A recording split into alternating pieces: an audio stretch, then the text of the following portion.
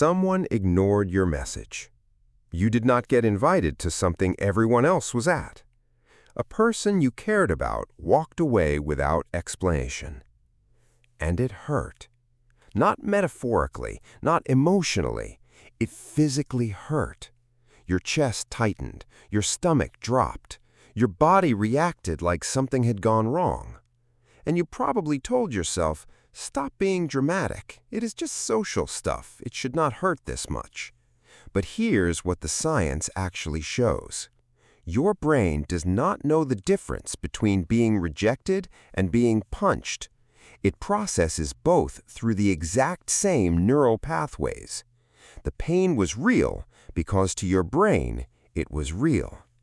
Today, we explain exactly why and what that means for every relationship in your life. In 2003, a team of researchers at UCLA ran an experiment that changed how scientists think about social pain. They put people inside an MRI machine and had them play a simple computer game, a virtual ball toss with two other players. At some point in the game, the other players stopped passing the ball to the participant. They were excluded, socially rejected in a video game for about 2 minutes. The brain scans showed something nobody expected. The brain regions that activated during social exclusion were the same regions that activate during physical pain. Specifically, the dorsal anterior cingulate cortex, the area responsible for the distressing component of physical pain. Being left out of a ball toss, a game, 2 minutes, produced measurable pain signals in the brain. This was not a metaphor. This was not sensitivity. This was neuroscience showing that social rejection and physical injury share the same alarm system in the human brain. But why would evolution wire the brain this way? Why would being left out hurt the same way a broken bone hurts? Because for most of human history, being excluded from your group was a death sentence. Our ancestors survived not through individual strength, but through cooperation, through belonging to a tribe. Exclusion from that tribe meant no protection, no food sharing, no shelter, no survival. So the brain developed a powerful early warning system. Social rejection triggers pain, real physical pain, to force immediate action, to make you repair the relationship, to make you do whatever it takes to get back in. The pain was not weakness, it was survival intelligence.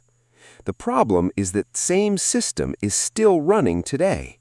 In a world where being left on red does not actually threaten your survival, your brain still responds as if it does. The ancient alarm fires for modern situations it was never designed for, and the result is pain that feels completely disproportionate to what actually happened. Because your brain is not reacting to a text message, it is reacting to the possibility of being left alone to die. Here's something important. Not everyone experiences rejection pain at the same intensity. Some people brush off being ignored. Others are devastated by the same thing. This is not weakness versus strength.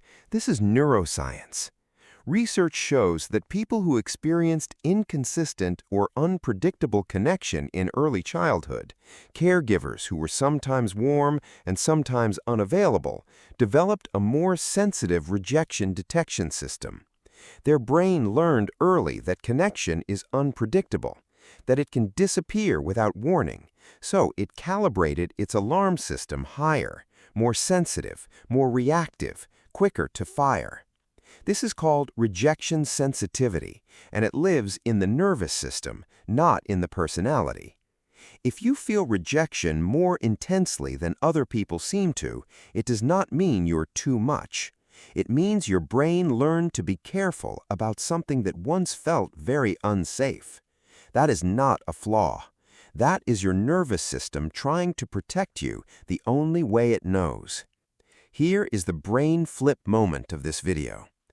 Understanding that rejection pain is neurological, not personal, not dramatic, not weakness, changes everything about how you relate to it. When the pain fires, and it will fire, you now know what is actually happening. Your ancient alarm system detected a social threat.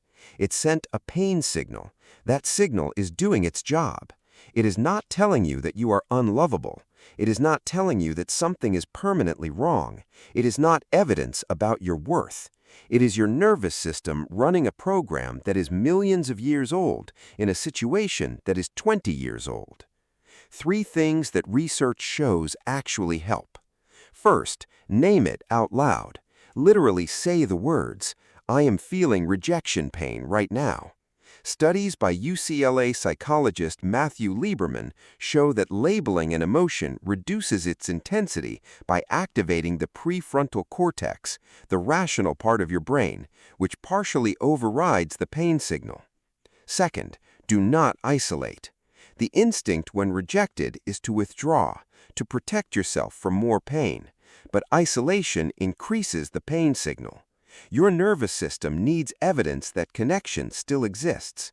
Reach out to someone safe, not to talk about the rejection necessarily, just to connect. Third, question the story your brain is writing.